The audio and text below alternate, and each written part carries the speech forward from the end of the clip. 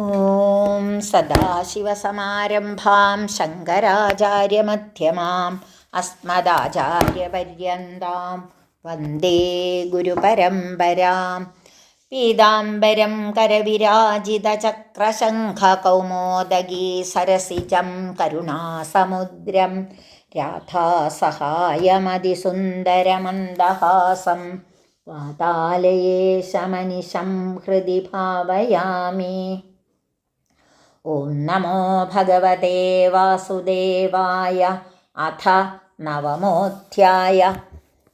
സൂത ഉവാച സംസ്തുതോ ഭഗവാനിത്തം മാർക്കണ്ഡേയേന ധീമതാ നാരായണോ നരസഖഃ പ്രീത ആഹ ഭൃഗൂദ്വഹം. ശ്രീഭഗവാനുവാച ഭോ ഭോ ബ്രഹ്മർഷിവർയാസി സിദ്ധ ആത്മസമാധിന മയി ഭക്ത്യാനപായിന്യ തപസ്വാധ്യായ സംയമേ. വയം തേ പരിതുഷ്ടാസ്മ ത്വദ്ബൃഹദ്വ്രതചര്യയാ വരം പ്രതീച്ഛ ഭദ്രം തേ പരദേശാദഭീപ്സിതം. ഋഷിരുവാച ജിതം തേ ദേവദേവേശ പ്രപന്നാർത്തിഹരാച്യുത വരേണീതാവതാലം നോ യദ്ഭവാൻ സമദൃശ്യത. ഗൃഹീത്വാ ജാതയോ യസ്യ ശ്രീമത്പാദാബ്ജദർശനം മനസാ യോഗപക്വേന സ ഭവാൻമേക്ഷഗോചര. അഥാപ്യംബുജപത്രാക്ഷ പുണ്യശ്ലോകശിഖാമണേ ദ്രക്ഷ്യേ മായാം യയാ ലോകഃ സബാലോ വേദ സദ്ഭിദാം. സൂത ഉവാച ഇതീഡിതോർച്ചിതഃ കാമമൃഷിണാ ഭഗവാൻ മുനേ തഥേതി സസ്മയൻ പ്രാഗാത് ബദര്യാശ്രമമീശ്വര. തമേവ ചിന്തയന്നർത്ഥമൃഷി സ്വാശ്രമ ഏവ സ വസന്നജ്ഞർക്കസോമാംബുഭൂവായുവിയദാത്മസു. ധ്യായൻ സർവത്ര ച ഹരിം ഭാവദ്രവ്യൈരപൂജയത് ക്വചിത് പൂജാം വിസസ്മാര പ്രേമപ്രസരസംപ്ലുത. തസ്യൈകദാ ഭൃഗുശ്രേഷ്ഠ പുഷ്പഭദ്രാതടേ മുനേ ഉപാസീനസ്യ സന്ധ്യായാം ബ്രഹ്മൻ വായുരഭൂന്മഹാൻ. തം ചണ്ഡശബ്ദം സമുദീരയന്തം വലാഹകാ അന്വഭവൻ കരാളാ അക്ഷസ്തവിഷ്ഠാ മുമുചുസ്തടിദ്ഭിः സ്വനന്ദ ഉച്ചൈരഭിവർഷധാരാ. തതോ വിദൃശ്യന്ത ചതുസ്സമുദ്രാ സമന്തദക്ഷ്മാതലമാഗ്രസന്ത സമീരവേഗോർമിഭിരുഗ്രനക്രമഹാഭയാവർത്തഗഭീരഘോഷാ. അന്തർബഹിശ്ചാദ്ഭിരതിദ്യുഭിः ഖരൈः ശതഹ്രദാഭിരുപതാപിതം ജഗത് ചതുർവിധം വീക്ഷ്യ സഹാത്മനാ മുനിർജലാപ്ലുതാം ക്ഷ്മാം വിമനാ സമത്രസത്. തസ്യൈവമുദ്വീക്ഷത ഊർമിഭീഷണ പ്രഭഞ്ജനാഘൂർണിതവാർമഹാർണവ ആപൂര്യമാണോ വർഷദ്ഭിരംബുദൈः ക്ഷ്മാപ്യഥാദ്ദീപവർഷാദ്രിഭിः സമം. സക്ഷ്മാന്തരിക്ഷം സദിവം സഭാഗണം ത്രൈലോക്യമാസീത് സഹ ദിഗ്ഭിരാപ്ലുതം. സ ഏക ഏവോർവരിതോ മഹാമുനിർ ബഭ്രാമ വിക്ഷിപ്യ ജടാന്ധവത്. ക്ഷുത്രട്പരീതോ മകരൈസ്തിമിംഗലൈരുപദ്രുതോ വീജിനഭസ്വതാഹത. തമസ്യ പാരേ പതിതോ ഭ്രമൻ ദിശോ ന വേദ ഖം ഗാം ച പരിശ്രമേഷിത. ക്വചിത് ഗതോ മഹാവർത്തേ തരളൈസ്താഡിതഃ ക്വചിത് യാദോഭിർഭക്ഷ്യത്തെ ക്വാപി സ്വയമന്യോന്യഖാദിഭിः. ക്വചിച്ഛോകം ക്വചിന്മോഹം ക്വചിത് ദുഃഖം സുഖം ഭയം ക്വചിന്മൃത്യുമവാപ്നോതി വ്യാധ്യാദിഭിരുദാർദിതഃ. അയുധായുധവർഷാണാം സഹസ്രാണി ശതാനി ച വിധീയുർഭ്രമതസ്തസ്മിൻ വിഷ്ണുമായാവൃതാത്മനഃ. സ കദാചിത് ഭ്രമംസ്തസ്മിൻ പൃഥിവ്യാ കകുതിദ്വിജ നിഗ്രോധപോതം ദിദൃശേ ഫലപല്ലവശോഭിതം. പ്രാഗുത്തരസ്യാം ശാഖായാം തസ്യാപി ദിദൃശേ ശിശും ശയാനം പർണപുടകേ ഗ്രസന്തം പ്രഭയാതമ. സർവത്ര ഗോവിന്ദനാമസങ്കീർത്തനം. ഗോവിന്ദ ഗോവിന്ദ. ഹരേ നാരായണ ഹരേ നാരായണ ഹരേ നാരായണ ഹരേ നാരായണ. പ്രാഗുത്തരസ്യാം ശാഖായാം തസ്യാപി ദദൃശേ ശിശും ശയാനം പർണപുടകേ ഗ്രസന്തം പ്രഭയാതമ. മഹാമരതകശ്യാമം ശ്രീമദ്വദനപങ്കജം കമ്പുഗ്രീവം മഹോരസ്കം സുനാസം സുന്ദരഭ്രുവം. ശ്വാസൈജദളകാഭാതം കമ്പുശ്രീകർണദാഡിമം വിദ്രുമാധരഭാസേഷ്വച്ഛോണായിതസുധാസ്മിതം.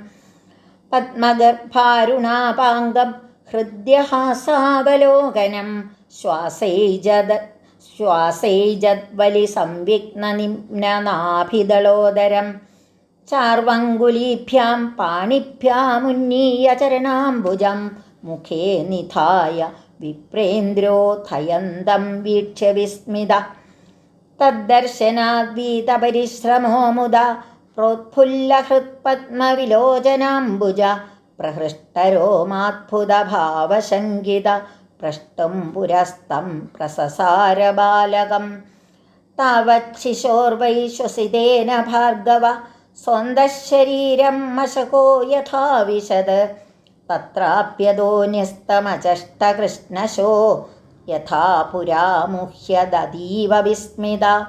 ഖം രോദസീ ഭഗണാനദ്രിസാഗരാൻ ദ്വീപാൻ സവർഷാൻ കകുഭസുരാസുരാൻ. വനാനി ദേശാൻ സരിതപുരാകരാൻ ഖേടാൻ വ്രജാനാശ്രമവർണവൃത്തയ.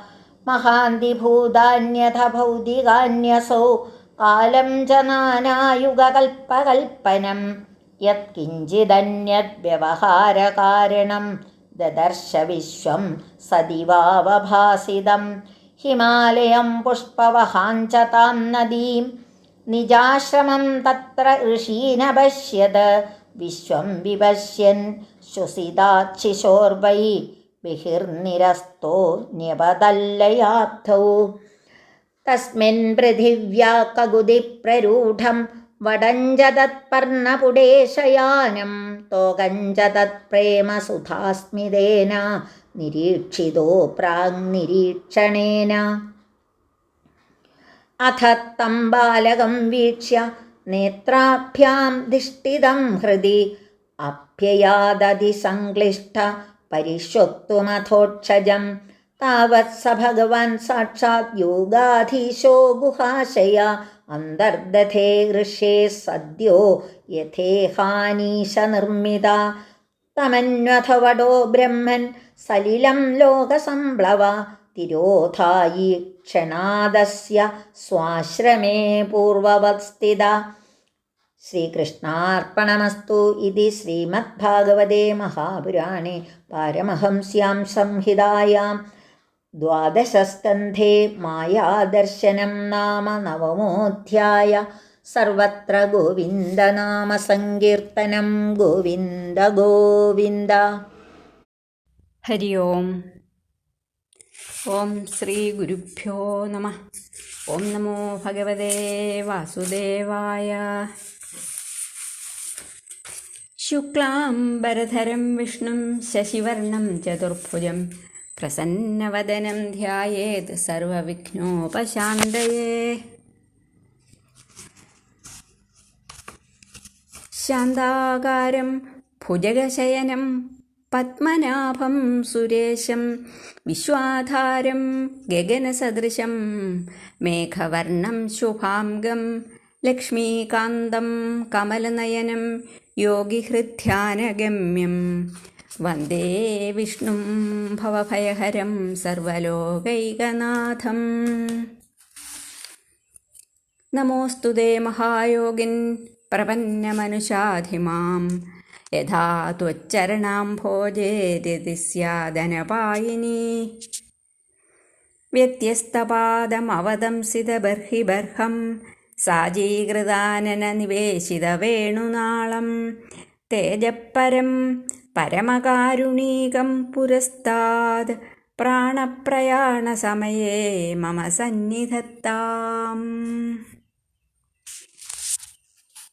ഹരേ ഗുരുവായൂരപ്പാ ശരണം. ഇന്നത്തെ പ്രഭാഷണ വിഷയം 12 സ്കന്ധം 9-ാം അധ്യായമാണ്. ബ്രഹ്മതേജസ്വിയായ മാർക്കണ്ഡേയ മഹർഷിയുടെ തപസ് മുടക്കാൻ ഇന്ദ്രഭൃത്യന്മാർ ശ്രമിച്ചു പരാജയപ്പെട്ടപ്പോൾ മുനിയുടെ തപസ്സിൽ സന്തുഷ്ടനായ ഭഗവാൻ അദ്ദേഹത്തെ അനുഗ്രഹിക്കാനായി നരനാരായണന്മാരായി എത്തി. മഹർഷി അവരെ പൂജിച്ച് നമസ്കരിച്ച ചരിതം നാം 8-ാം അധ്യായത്തിൽ ശ്രവിച്ചു. ഇനി 9-ാം അധ്യായത്തിൽ ഭഗവാന്റെ മായയെ കാണാൻ ആഗ്രഹിച്ച മുനിക്ക് ഭഗവാൻ അത് കാട്ടിക്കൊടുക്കുന്ന കാര്യം സൂതൻ ശൗനകാദികളോട് പറയുന്നു. മുനിയുടെ പൂജാ നമസ്കാരാദികളിൽ സന്തുഷ്ടനായ ശ്രീ ഭഗവാൻ പറഞ്ഞു, അങ്ങയുടെ നിത്യബ്രഹ്മചര്യ വ്രതാനുഷ്ഠാനത്താൽ സർവദേവസ്വരൂപന്മാരായ ഞങ്ങൾ സന്തോഷിച്ചിരിക്കുന്നു. ആവശ്യമുള്ള വരം ചോദിച്ചു കൊള്ളുക. മാർക്കണ്ഡേയ ഋഷി പറഞ്ഞു, ഹേ ദേവ, ശരണം പ്രാപിക്കുന്നവരുടെ സങ്കടങ്ങളെ നശിപ്പിക്കുന്നവനെ, നാശരഹിത, യാതൊരു വരത്തെയും ഞാൻ ആഗ്രഹിക്കുന്നില്ല. നിന്തിരുവടിയെ കണ്ടതുകൊണ്ട് തന്നെ സംതൃപ്തനാണ് ഞാൻ. ബ്രഹ്മാദി ദേവന്മാർക്കു കൂടി ദുർലഭമായ ഈ ദർശനം കൊണ്ട് ഞാൻ കൃതാർത്ഥനായി. എന്നാൽ ഒരാഗ്രഹമുണ്ട്.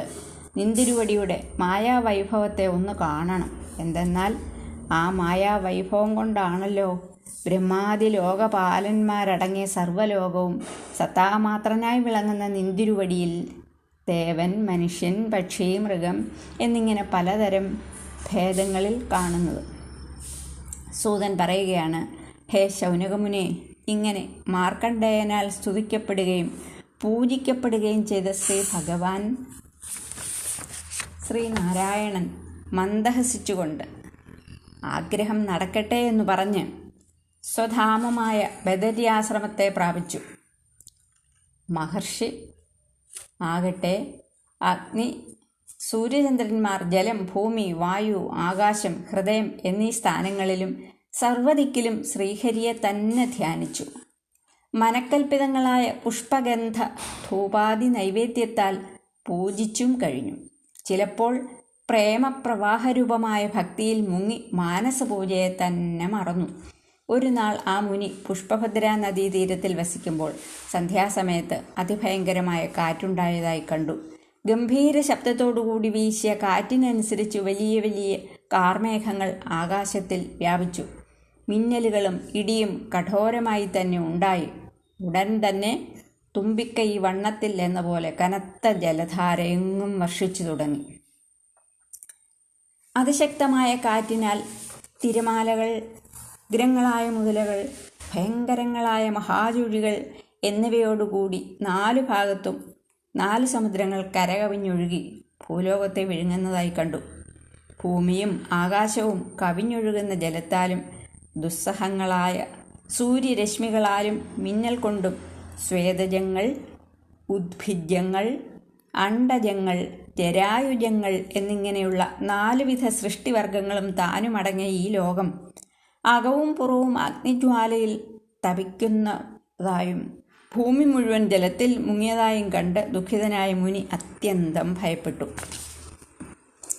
ഭയങ്കര കൊടുങ്കാറ്റിൽ ഇളകിയ ജലത്തോടുകൂടിയ മഹാസമുദ്രം നിരന്തരം പെയ്യുന്ന മഴയാൽ ഭൂമിയെയും അതിലുള്ള ദ്വീപങ്ങൾ, ഖണ്ഡങ്ങൾ, പർവ്വതങ്ങൾ എന്നിവയെല്ലാം മറച്ചു.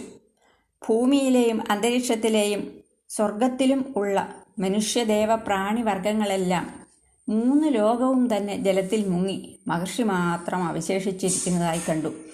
ഒന്നും അറിവില്ലാത്തവനെ പോലെ മൂകനായി, അന്ധനായി, ജടകൾ 4 ഭാഗത്തും ചിതറിക്കൊണ്ട് മുനി പരിഭ്രമിച്ചു. വിശപ്പാലും ദാഹത്താലും മകരമത്സ്യങ്ങളുടെയും തിമിംഗലങ്ങളുടെയും ഉപദ്രവത്താലും കൊടുങ്കാറ്റിൻ്റെ അടിയേറ്റും ക്ഷീണിച്ച് അവശനായി ദിക്കുകളെയും ആകാശത്തെയും ഭൂമിയെയും തിരിച്ചറിയാൻ അശക്തനായി. ചില ദിക്കിലെത്തുമ്പോൾ അഗാധ ചുഴികളിൽ അകപ്പെട്ട് വലയുന്നു. ചിലപ്പോൾ തിരമാലകളുടെ അടിയാൽ തളരുന്നു. മറ്റു ചിലയിടത്തെത്തുമ്പോൾ ജലാന്തർഭാഗത്തിൽ അന്യോന്യം ശണ്ഠയിട്ടുകൊണ്ടിരിക്കുന്ന ജലജന്തുക്കൾ ശരീര അവയവങ്ങളെ കടിച്ചു മുറിച്ചു ഭക്ഷിക്കുന്നു. ചില സമയം ദുഃഖം, ചിലപ്പോൾ മോഹം, ചിലപ്പോൾ പരിതാപം, സുഖം, ഭയം, രോഗബാധ എന്നിവകളാൽ അനുഭവം മാറി മാറി ഉണ്ടായി ഏറ്റവും പീഡിപ്പിക്കപ്പെട്ടവനായി മരണത്തെ പ്രാപിക്കും.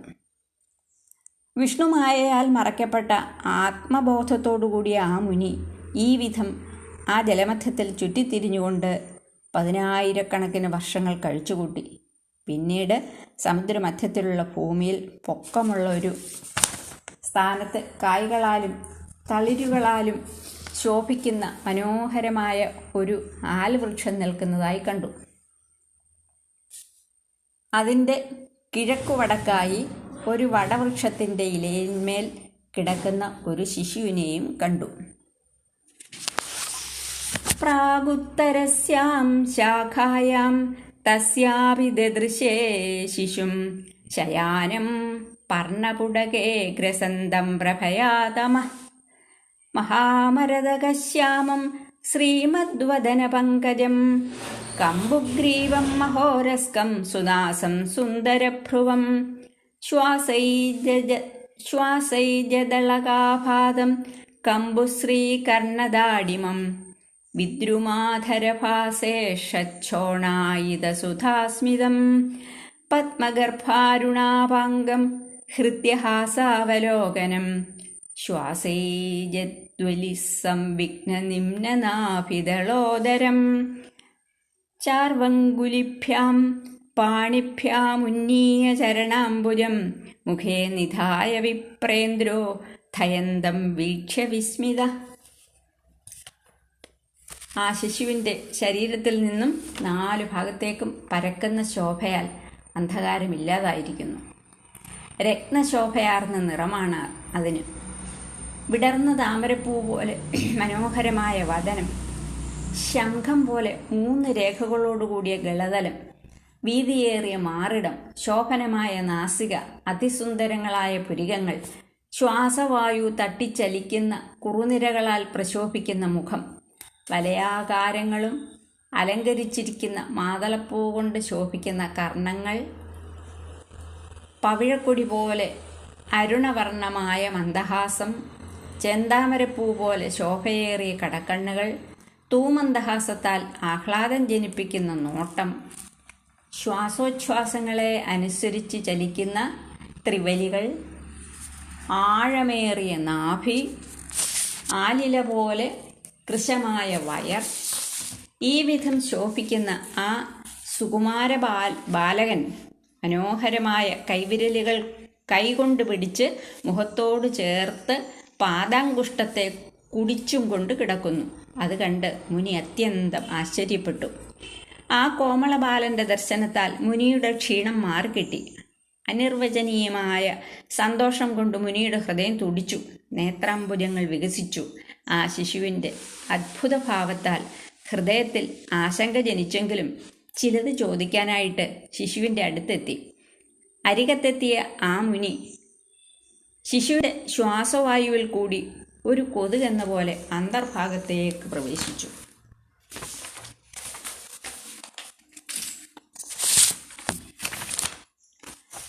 അന്തർഭാഗത്തെത്തിയപ്പോൾ ഈ ലോകത്തെ പ്രളയത്തിന് മുമ്പത്തെ പോലെ സകലതും അതത് സ്ഥാനങ്ങളിൽ കണ്ടു. ആശ്ചര്യത്താൽ മുനി മോഹിച്ചുപോയി. ആകാശവും ഭൂമിയും അന്തരീക്ഷം, ലോകം, നക്ഷത്ര സമൂഹങ്ങൾ, പർവ്വതങ്ങൾ, സമുദ്രങ്ങൾ, ജംബുവാദി ദ്വീപുകൾ, ഭാരതാദി ഖണ്ഡങ്ങൾ, 4 ദിക്കുകൾ, ദേവന്മാർ, അസുരന്മാർ, കാടുകൾ, നദികൾ, നാടുകൾ, പട്ടണങ്ങൾ, ഖനികൾ, കൃഷിപ്രവൃത്തിക്കാരുടെ വാസസ്ഥലങ്ങൾ, പശുക്കളെ പരിപാലിക്കുന്ന തെരുവുകൾ, മഹർഷിമാരുടെ ആശ്രമങ്ങൾ, ബ്രാഹ്മണാദി വർണ്ണവിഭാഗങ്ങൾ, അവരുടെ പ്രവൃത്തിഭേദങ്ങൾ എന്നിവയെല്ലാം കണ്ടു. ഭൂമ്യാദി മഹാഭൂതങ്ങളും അവയാൽ നിർമ്മിക്കപ്പെട്ട ജീവരാശികൾ, അനേക യുഗങ്ങളെയും കൽപ്പങ്ങളെയും ജനിപ്പിക്കുന്ന സൂര്യൻ്റെ ഉദയം, അസ്തമന സ്വരൂപമായ കാലം തുടങ്ങി സകലതും അടങ്ങിയിരിക്കുന്ന വിശ്വത്തെ മാർക്കണ്ഡേയമുനി കണ്ടു. ഹിമാലയ പർവ്വതം, അതിൻ്റെ താഴ്വാരത്തിൽ കൂടി ഒഴുകുന്ന പുഷ്പഭദ്ര എന്ന നദി, ആ നദീതീരത്തുള്ള തൻ്റെ ആശ്രമം, ആശ്രമത്തിലെ ഋഷിമാർ എന്നിവ കണ്ടു. ഇങ്ങനെ ആ വിശ്വത്തെ നോക്കിക്കൊണ്ടിരിക്കവേ ആ ശിശുവിൻ്റെ നിശ്വാസവായുവിൽ കൂടി പുറത്തേക്ക് തള്ളിയിടപ്പെട്ട മാർക്കണ്ഡേയ മുനി പിന്നെയും പ്രളയത്തിലേക്ക് വീണു. ആ പ്രളയാർണവത്തിൽ ഒരു ഭാഗത്ത് പൊങ്ങിയിരിക്കുന്ന ഭൂമിയിൽ ആ വടവൃക്ഷത്തെയും അതിൻ്റെ ഒരു ഇലയിൽ ശയിക്കുന്ന ബാലകനെയും കണ്ടു. തന്നിൽ പ്രേമയുക്തനായ ആ ബാലൻ മന്ദഹാസപൂർവമായ കടക്കൺ നോട്ടത്താൽ തന്നെ കടാക്ഷിക്കുകയും ചെയ്തു. അത്യന്തം ക്ലേശിച്ചിരുന്ന ആ മുനി ദർശനമാത്രത്താൽ സർവക്ലേശങ്ങളും തീർത്തു തരുന്ന ആ ബാലനെ കണ്ടിട്ട് തൻ്റെ ഹൃദയാരവിന്ദത്തിൽ പ്രതിഷ്ഠിച്ച് കൈകൾ കൊണ്ട് ആലിംഗനം ചെയ്യാൻ അടുത്തെത്തി. സത്യത്തിൽ ആ ബാലൻ യാതൊരു ഇന്ദ്രിയങ്ങൾക്കും വിഷയീഭൂതനല്ല താനും. യോഗികൾക്ക് പരമാനന്ദം നൽകുന്ന ഈശ്വരനും സർവദാ എല്ലാ പ്രാണികളുടെയും ഹൃദയനിവാസിയുമായ ആ ഭഗവാൻ മാർക്കണ്ഡേയ മുനിക്ക് കൈകൾ കൊണ്ടു തൊടാൻ സാധിക്കുന്നതിന് മുൻപേ അപ്രത്യക്ഷനായി.